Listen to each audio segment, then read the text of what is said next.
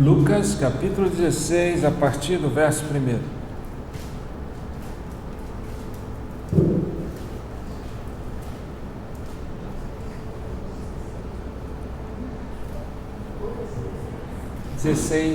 A partir do versículo 1. Lucas, Evangelho de Lucas, capítulo 16, versículo 1 ao 13. Diz assim a palavra de Deus: Disse Jesus também aos discípulos: Havia um homem rico que tinha um administrador, e este lhe foi denunciado como quem estava a defraudar os seus bens. Então, mandando-o chamar, lhe disse: Que é isto que ouço a teu respeito?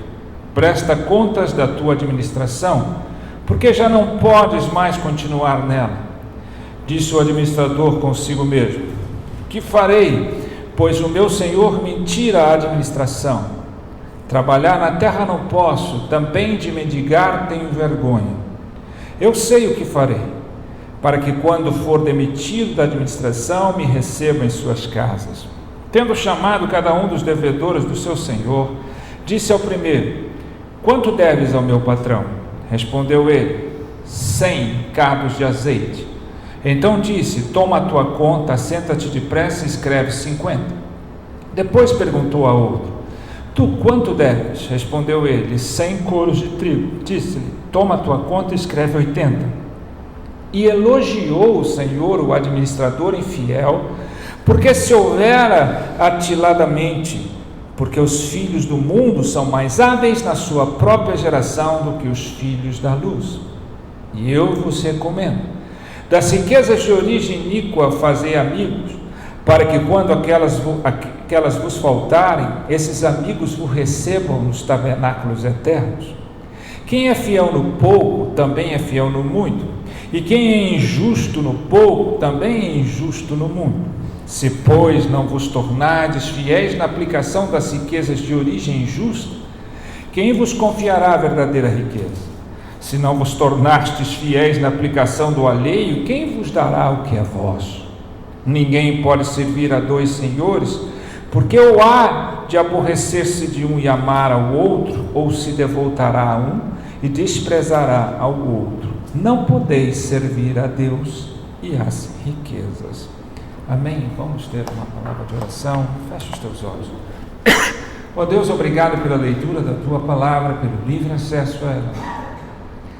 Abre os nossos ouvidos, Senhor.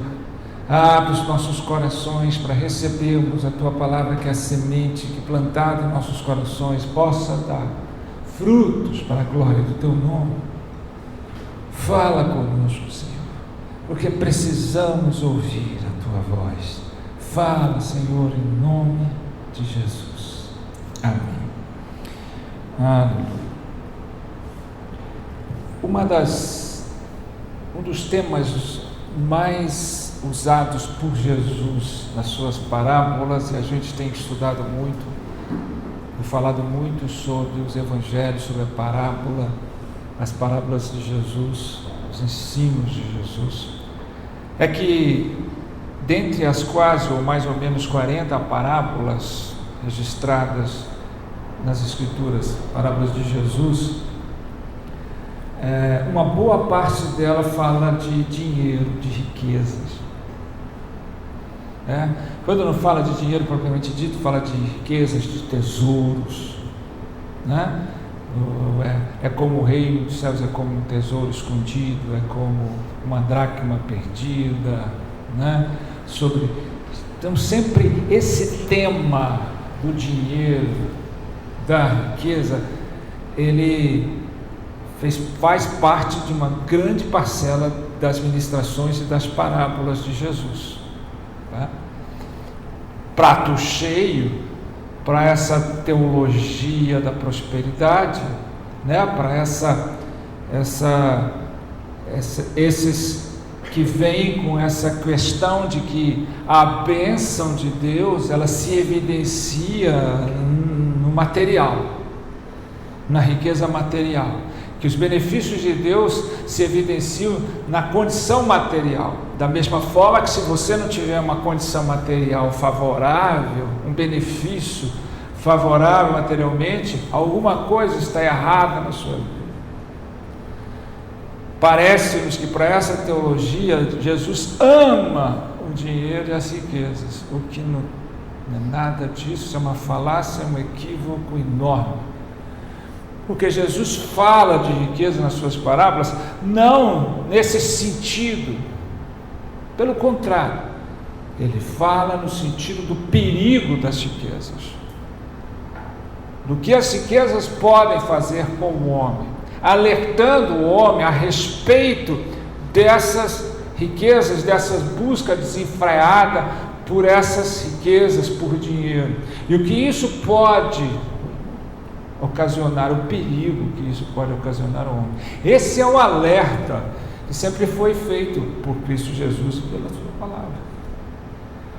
Não era algo contrário, para aqueles que também acham que nenhum rico vai herdar o reino dos céus de Jesus. Dificilmente farão aqueles que põem o seu amor na riqueza. Mas se for falar de rico, José de Arimateia, que se converteu, do qual o tolo Nicodemos, que também auxiliou ele para que Jesus fosse sepultado no túmulo de gente rica, poderosa. Então você tinha pessoas nesse sentido. Não é por aí, mas o amor ao dinheiro se torna um grande adversário e um grande perigo para a vida cristã. É nesse sentido que as parábolas falam, Então quando ela fala, se você busca um tesouro, faça tudo, renuncia a tudo que terá e busca o tesouro do reino. O reino é comparado a um tesouro enorme, e ele fala, onde está o seu tesouro, aí está o teu coração. E agora nós temos diante de nós uma das parábolas mais intrigantes que se possa ter. Uma das parábolas que deixa muita gente com um nó na cabeça, porque essa parábola é uma parábola que fala sobre um administrador infiel, sem caráter, desonesto, e que ao agir dessa maneira é elogiado por Jesus. Olhando superficialmente, parece que Jesus está avalizando a atitude errônea, desonesta desse homem. Por isso ela se torna tão intrigante, tão impactante para quem estava ouvindo e até para aqueles que leem, para nós que lemos e não entendemos a profundidade. Parece-nos que o que está acontecendo aqui é uma contradição de tudo aquilo que Jesus ensina. Parece que Jesus está ensinando que os fins justificam os meios. Parece que ele está ensinando de que se você fizer errado, vai dar certo. Será que Jesus poderia compactuar com aquilo que estava feito? Será que é isso que Jesus está deixando passar? Será que é isso que Jesus está avalizando aqui? Avalizando o erro, avalizando o mau caratismo, avalizando a infidelidade, avalizando a maneira promíscua de agir, maneira desonesta, a desonestidade. Será que é possível? Precisamos entender essa história, precisamos aprender mais um pouco essa história, para aqueles que já sabem, reforçar e renovar isso, Porque essa história começa com Jesus dizendo para os seus discípulos. Veja que Jesus está dizendo para os seus discípulos, para aqueles que estão ali como aprendizes do grande mestre, do grande Senhor, para aqueles que estão ali vivendo a companhia, seguindo os passos do seu mestre. Será que este Jesus, o mestre, vai ensinar algo tão contraditório? E ele começa dizendo, e ele cria uma história, porque essa parábola não é algo que aconteceu e nem é ele falando dele próprio, que nem toda parábola se coloca Jesus falando como isso e a gente, não, ele está contando, criando uma história, e aí ele cria uma história de alguém desonesto que ele elogia.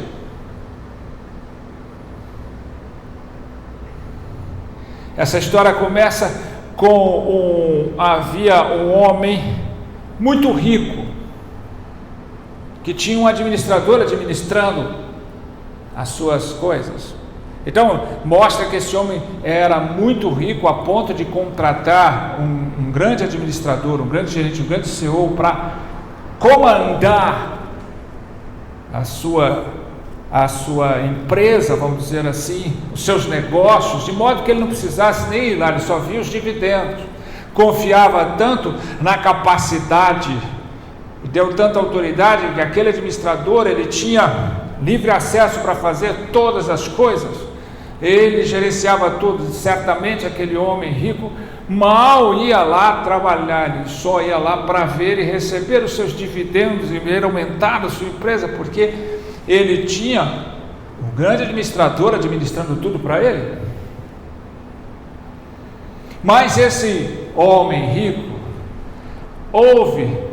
chega aos seus ouvidos que o seu administrador, o seu grande administrador, o seu gerente, o seu executivo maior, o que comanda tudo, estava defraudando os seus bens. E ele vai lá e diz: eu ouvi que você está defraudando, você está me roubando. E era fato de que aquele homem estava tirando tanto dinheiro que não deu para esconder. E quando as pessoas começam a agir com infidelidade, elas passam a aumentar isso e correr o grande risco. Esse homem rico exigiu que aquele homem não mais desse seu administrador, que desse contas para ele de sua administração, acabando o seu serviço, porque ele ia ser demitido.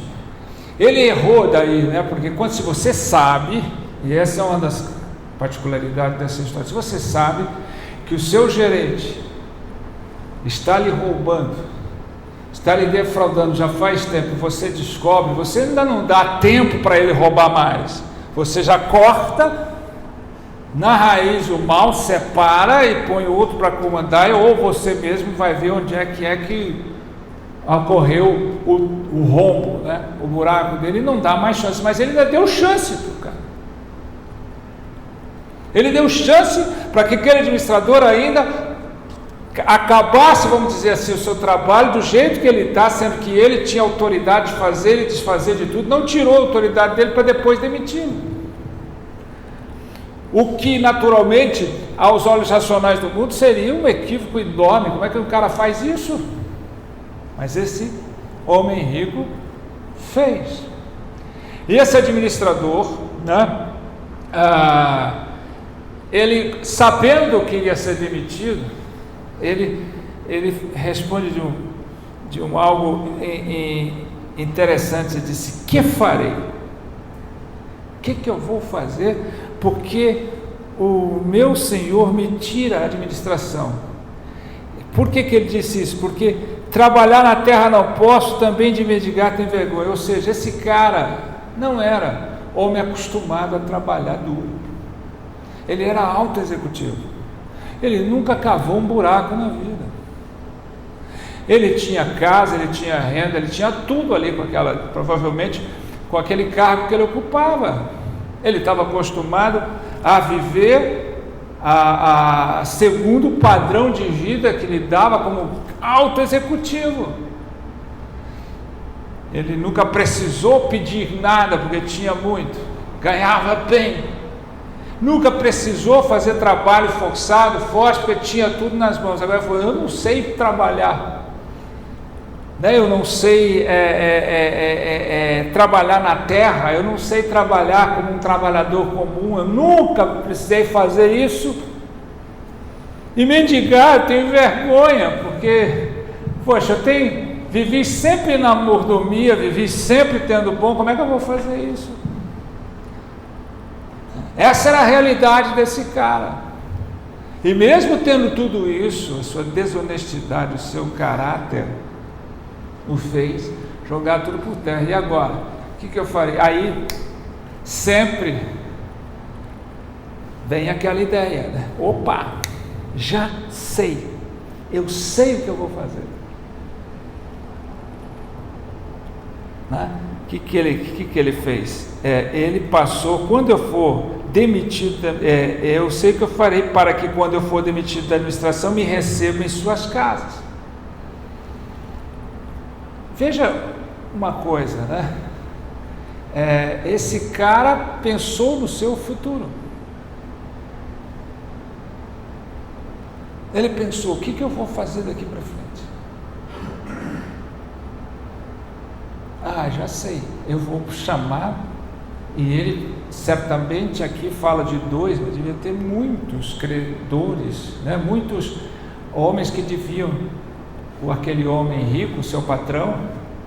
Então eu vou negociar, eu posso mudar, fazendo um favor para eles. O cara que devia 100, eu põe 50, o cara que devia outro 100, eu ponho 80.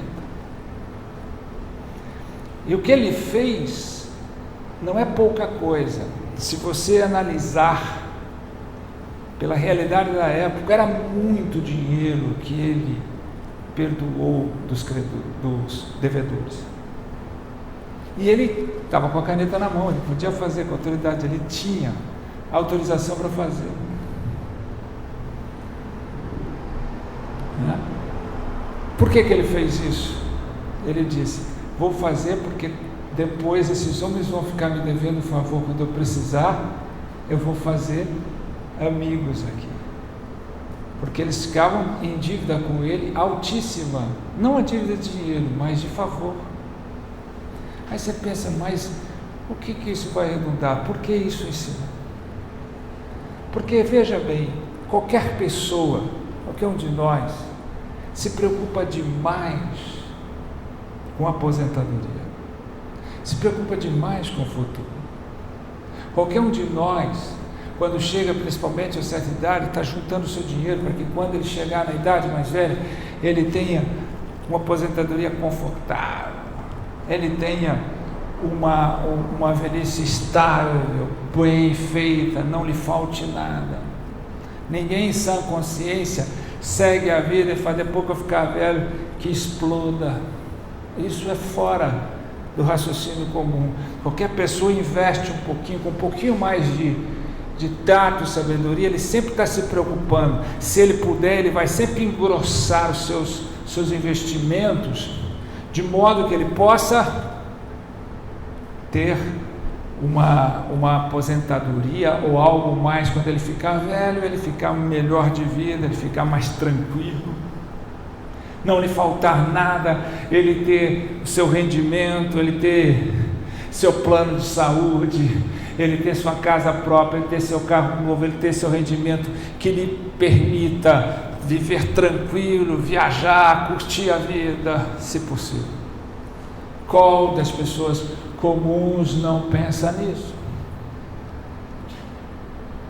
Ele pensa no futuro. Alguém aqui não pensa no futuro? Alguém aqui não está interessado como é que vai ser o seu futuro? Mesmo na idade mais jovem, você pensa, poxa, daqui a 20, 30 anos eu quero estar bem de vida, eu quero estar pelo menos com uma vida estável, ou eu estou falando algo diferente? Ele pensa no futuro. E o que ele fez? Foi lá fazer amigos. Por quê? Ele não podia mendigar, ele não tinha o que fazer, ele não sabia trabalhar, mas ele saberia que depois que fosse demitido, no seu futuro, aquelas pessoas iriam, por dívida de favor, fazer algo por ele. Então ele resolveu fazer. Não era uma dívida pequena, era algo muito valioso para a época. Ele foi lá e perdoou dívidas altíssimas que as pessoas muitas vezes teriam uma vida para pagar. Imagina o quanto de aquelas pessoas iriam ficar devendo. E aí vem, essa é a explicação. Aí vem o choque.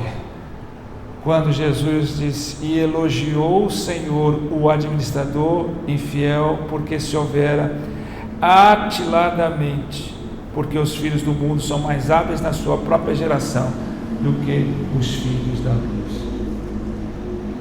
Aí vem o choque. Como elogiar uma atitude desonesta? Aquele cara foi lá e falou para o outro: você deve 100, eu vou pôr 50 aqui para você.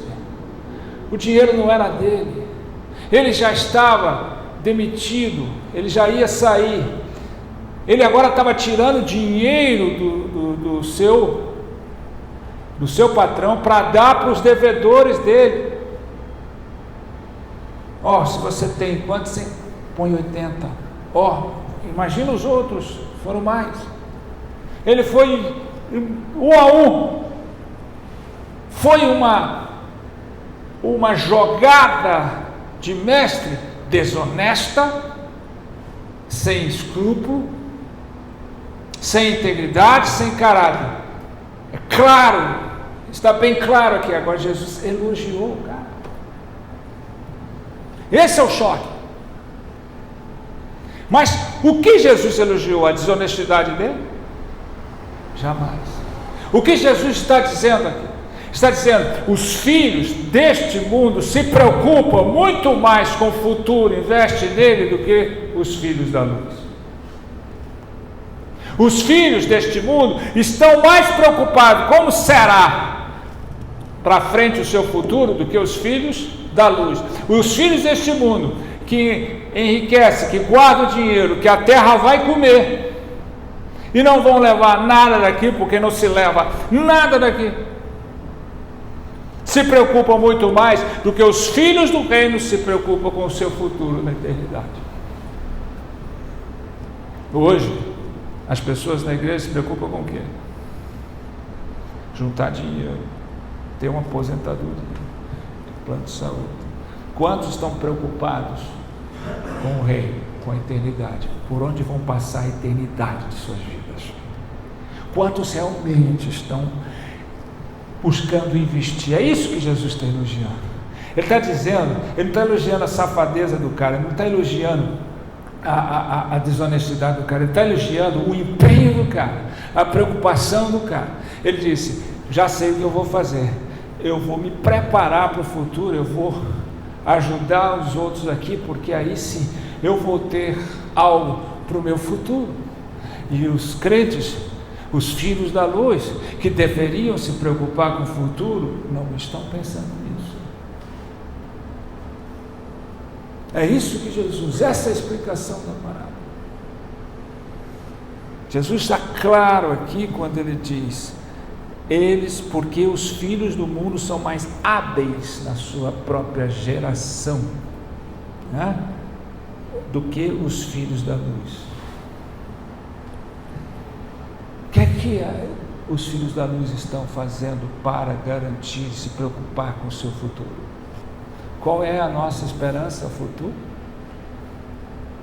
É a glória, a eternidade. O que é que nós estamos fazendo por isso? Ninguém fala mais disso, poucos se falam, poucos se preparam, poucos se preocupam.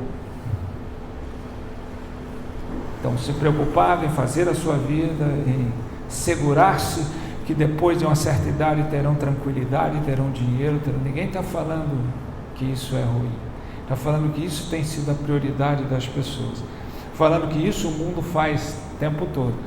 Jesus está dizendo: isso aí, cara, você pode ficar velho, ninguém pode te garantir, você não leva nada, mas a eternidade você leva tudo. E aí ele vem e dá 3 lições.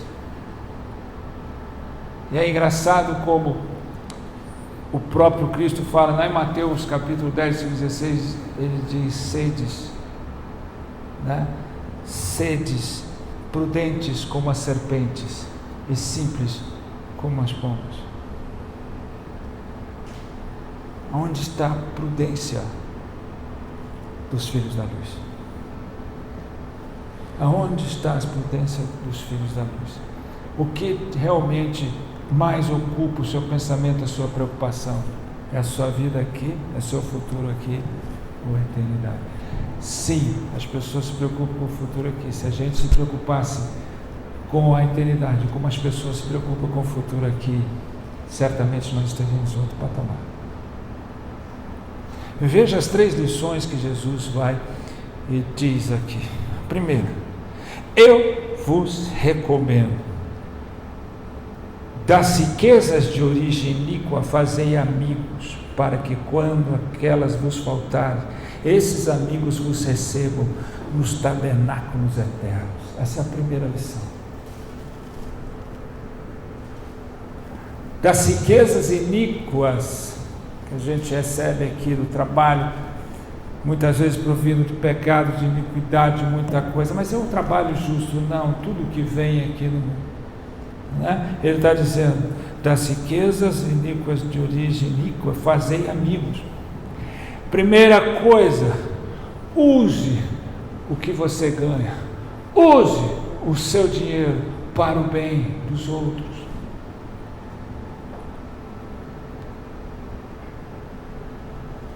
Veja que aquele cara preocupou com o futuro, fazendo bem para os outros. O que Jesus está ensinando? Então você deve fazer o bem para o mundo. Não é fazer amigos deste mundo, mas fazer amigos para a eternidade. Use o seu dinheiro para fazer bem para os outros, para que outros tenham oportunidades de alcançar a vida eterna, para que eles também te recebam quando você for. Use o seu dinheiro objetivamente para a obra de Deus. Use o seu dinheiro para a glória de Deus. Faça amigos para a eternidade. Não use o seu dinheiro para fazer amigos do mundo, para bajular amigos do mundo, para dar conforto para a pessoa no mundo. Use o seu dinheiro para almas serem alcançadas, e amanhã você vai ter um grande tesouro no céu. Não use esse dinheiro para outra coisa. Saiba usar o seu dinheiro para fazer amigos para a eternidade, não para a terra, porque os da terra vão perecer, mas os da eternidade vão ficar para nós. Imagina se você for um bom administrador, se você pensar bem, é isso que Jesus está, você vai usar dinheiro para ganhar o máximo de pessoas possíveis.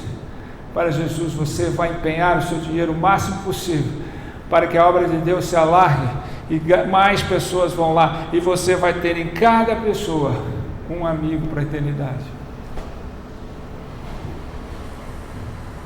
Não há valor maior do que ganhar uma alma para Cristo. Não há investimento melhor do que ganhar almas para Cristo. Quando você faz favores para as pessoas no mundo, quando você usa o seu dinheiro para fazer favores, você vai ser reconhecido aqui, você vai ser agradecido e vai ficar por aqui, porque aqui ninguém leva nada. Mas quando você ganha almas para Cristo, você vai encontrar um amigo para a eternidade, que vão te receber nos tabernáculos eternos. Essa é a primeira lição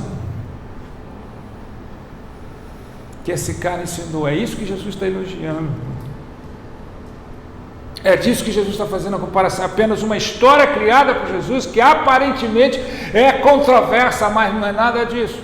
Jesus não está elogiando a desonestidade do cara. Jesus não está elogiando o meio pelo qual ele fez. De forma alguma, Jesus está elogiando o empenho que ele fez, a preocupação que ele tinha, e fazendo uma comparação com os seus filhos da luz.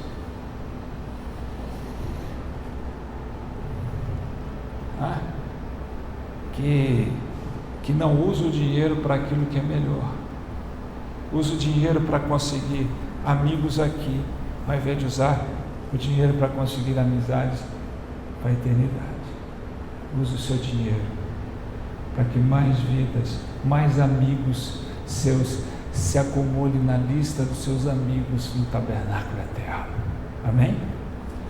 A segunda lição, olha o que Jesus disse: quem é fiel no pouco também é fiel no muito, e quem é injusto no pouco também é injusto no muito. Se, pois, não vos tornastes fiéis na aplicação das riquezas de origem justa, quem vos confiará a verdadeira riqueza?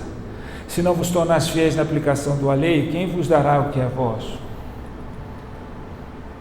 É incrível aqui, né? O que ele está dizendo para nós é que tudo que nós temos pertence a Deus. Nós somos apenas administradores.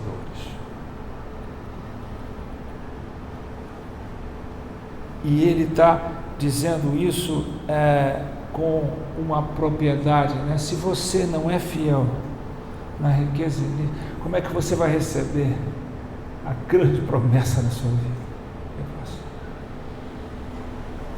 Ele está falando dessa fidelidade. Ele está dizendo: tudo pertence a Deus, e se eu administro para a glória de Deus.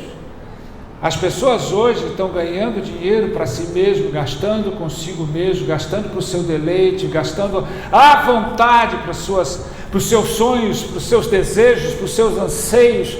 E nós, quantos de nós estamos realmente pegando aquilo que é de Deus e investindo na glória dele, em obediência, em favor dele? Tem gente na internet dizendo: estou aqui no país tal, estou aqui viajando para tudo, olha que Deus me deu, olha, eu estou aqui nesse hotel luxuoso, olha o carro que eu comprei, olha a casa que eu comprei. Que benefício isso tem para a glória de Deus? Estou trabalhando, estou juntando dinheiro, olha aqui como é que eu prosperei, Deus me deu isso aqui, é meu, eu uso do jeito que eu quiser, eu compro o que eu quero, agora posso comprar o que eu quero. É assim que as pessoas estão administrando o que é de Deus? Estamos nos achando muito honestos, muito íntegros, muito fiéis. É isso que ele está dizendo. Se você não é fiel no pouco que você ganha aqui, quanto mais no muito. É engraçado, né? Que falando em fidelidade, né? Pessoas verdadeiramente fiéis,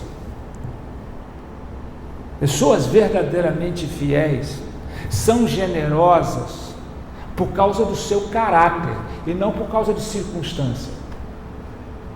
Porque tem gente que diz assim: eu não dou porque eu não tenho, se eu tivesse eu daria muito. Quando eu tiver, quando eu fizer, quando acontecer, eu vou ser fiel, eu vou fazer. Não vai nada, de jeito nenhum. Você não é fiel, não é por causa de circunstância, é por causa de caráter. O caráter do fiel, do verdadeiramente fiel, ele é generoso o tempo todo, com pouco ou com muito. Agora, o outro que não tem o caráter de um verdadeiro fiel, ele só dá nas promessas: quando tiver, quando for, quando eu puder, quando acontecer. Se eu tivesse, eu daria. Se eu tivesse, eu faria. Nada. Seja honesto consigo mesmo, entenda isso. É isso que Jesus falou: você não é fiel, nada. Porque se você não é fiel no pouco, você não vai ser no muito. Porque é uma questão de caráter. A obediência é uma questão de caráter. Quem não tem o caráter transformado por Deus faz conta de tudo e só se preocupa consigo mesmo. Quem não tem o caráter transformado por Deus vai se preocupar com o seu futuro aqui e faz qualquer coisa para bajular alguém que garanta o seu futuro aqui. Mas não pensa no seu futuro lá, no real futuro, porque aqui não tem futuro, aqui um dia acaba, só há futuro na eternidade. É isso que Jesus está ensinando. Você está administrando o que é seu ou o que é de Deus? Você ainda acha que tudo que você tem vem do seu suor, do seu esforço, da sua esperteza? Ou você entende que aquilo que você tem vem de Deus? Quando é que você vai encarar a realidade? Vem de Deus. O que eu ganho vem de Deus. Até o fato de eu trabalhar, até o fato de eu conhecer, seja o trabalho braçal, seja o trabalho intelectual, seja o trabalho que for, vem de Deus. Porque tudo que eu tenho, o Senhor me dá. Todo dom perfeito, toda boa dádiva vem do Senhor. Essa é a segunda lição. E a terceira, última lição, né? Que ele não termina aqui. Então, pense nisso. Tenho visto muito crente adorando a Deus pela riqueza que Deus lhe dá, pela prosperidade financeira que Deus lhe dá, e usando só para si, das migalhas. Por isso que Jesus, quando aquela viúva pobre depositou do que ela tinha, e aqueles outros depositavam do que lhe sobrava, ele fez a diferença. Agora a terceira ele diz aqui, né? Ninguém pode servir a dois senhores, porque ou há de aborrecer-se de um e amar ao outro, ou se devotará a um e desprezará o outro. Não podeis servir a Deus e a riqueza. Ele está ensinando o quê? Não deixe o dinheiro ocupar o lugar de Deus em sua vida. Não deixe o dinheiro ocupar o lugar de Deus na sua vida.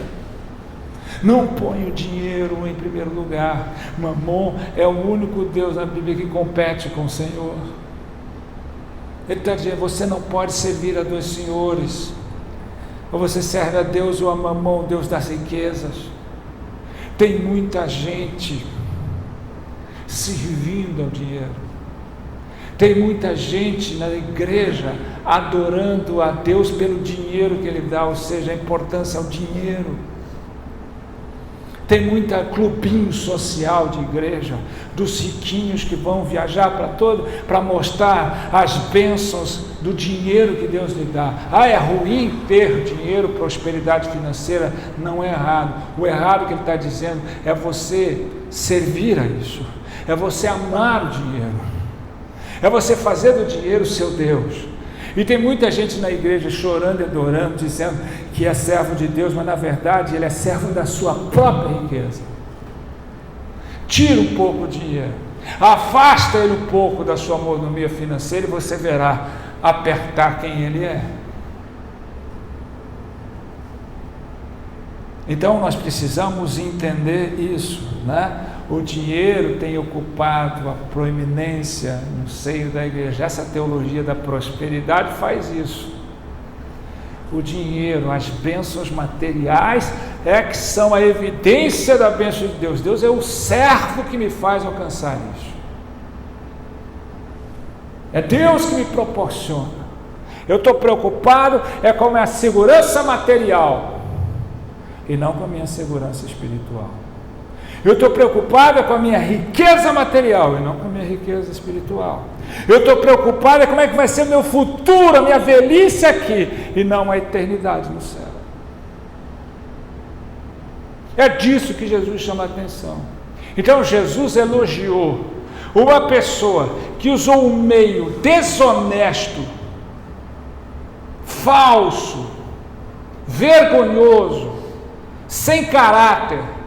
Quer dizer, eu não estou elogiando o meio que ele, estou elogiando o ímpeto dele de se preocupar com o futuro, para mostrar para vocês que vocês não se preocupam com o futuro e vocês têm que se preocupar. A preocupação maior de vocês não é o que você vai passar aqui, é para onde você vai estar o maior tempo de sua vida. É isso que Jesus está ensinando. Então, pense nisso.